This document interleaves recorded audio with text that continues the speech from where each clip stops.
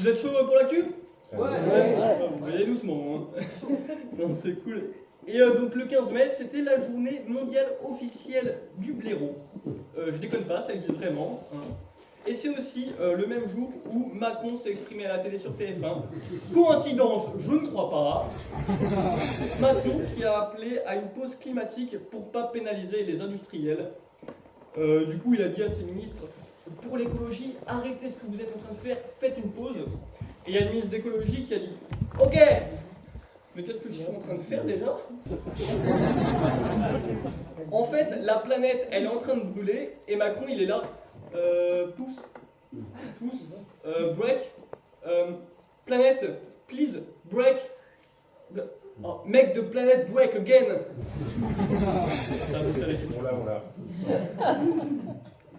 On dirait Bruno Le Maire qui demande au patron de payer un peu mieux les employés. Et Bruno Le Maire, le ministre de l'économie, il a aussi dit que les industriels, ils avaient jusqu'à fin mai pour baisser les prix. Et s'ils ne le font pas, je peux vous dire que là, Bruno Le Maire, il va être contraint de froncer les sourcils. S'il ne baisse pas les prix avant fin mai, alors ce sera fin juin. Bam! Alors qu'en fait, il a juste à menacer de sortir la suite de son roman érotique, et là, tout le monde est content. Ouais, parce que pour ceux qui ne savent pas, Bruno Le Maire, il a écrit un livre. Et franchement, être écrivain, ça s'improvise pas. Et théoriquement, ministre non plus. Eux, visiblement, ils n'ont pas le syndrome de l'imposteur. Nous, on est là, à chaque entretien d'embauche. Ouais, je suis compétent, ouais. Enfin, je crois. Même si mon père, il a jamais cru en moi, mais ma mère un petit peu. Les ministres, non. Eux, ils sont là. Le monde est en crise climatique. L'extrême droite menace nos libertés. Et les prix de l'alimentation ont doublé en un an. Ok, le monde a besoin d'un héros, et je vais faire ce que tout le monde attend de moi. Je vais écrire un roman érotique. Appelez-moi Bruno ma mère. Le gars, il a tellement confiance, je suis sûr qu'il a postulé pour être négociateur pour le FBI.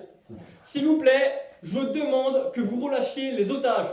Si vous avez envie, avant fin mai, me forcez pas à froncer les sourcils. Et là, on est fin mai, et les prix n'ont pas baissé. Je suis sûr qu'ils vont nous ressortir la fameuse phrase « Je ne dirais pas que la baisse des prix est un échec. Je dirais juste que ça n'a pas super marché. » 2 secondes. Accrochez-vous, il y en a un deuxième après. Et nous, on y croyait. Franchement, ils nous ont eu. Ils nous ont super eu.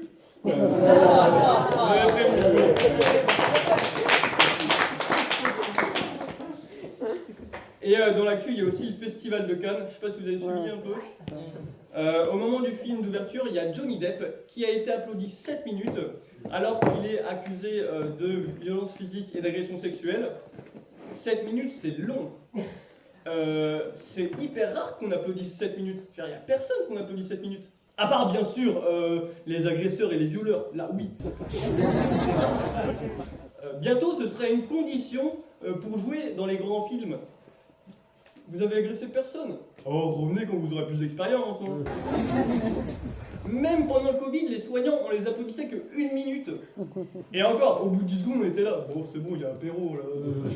Ah, en face, ils ont arrêté. On peut arrêter. Même Jésus, s'il revenait, on serait pas là à l'applaudir 7 minutes. On serait là, ouais, vas-y, alors fais-nous le coup des petits pains, là, Gérard Majotte. C'est sans gluten? Non? Mais t'es qu'une merde. Mais ouais. En plus, Johnny Depp, dans le film, il joue le roi. Faut le faire, quoi. La symbolique est très forte. C'est quoi la prochaine étape? Pierre Palmade qui joue dans Fast and Furious? Bruno Le Maire dans le prochain Jackie Michel? Marine Le Pen, premier rôle dans le remake de La Rafle? Après, il y en a qui disent ouais, faut séparer l'homme de l'acteur. Bah, il y en a depuis le temps, ils doivent être tellement séparés qu'on doit retrouver des morceaux un peu partout. Hein. L'autre jour, dans la rue, il y a une dame qui disait avoir vu un bout de Darmanin. Ouais. Parce que bon, faut séparer le violeur du ministre, le raciste du ministre, le misogyne du ministre, l'homophobe du ministre. Putain, mais il reste quoi du ministre? Et donc la dame elle était là, hey, regardez, un morceau de Darmanin. Et en fait, non, c'était une merde de chien. C'était pas loin.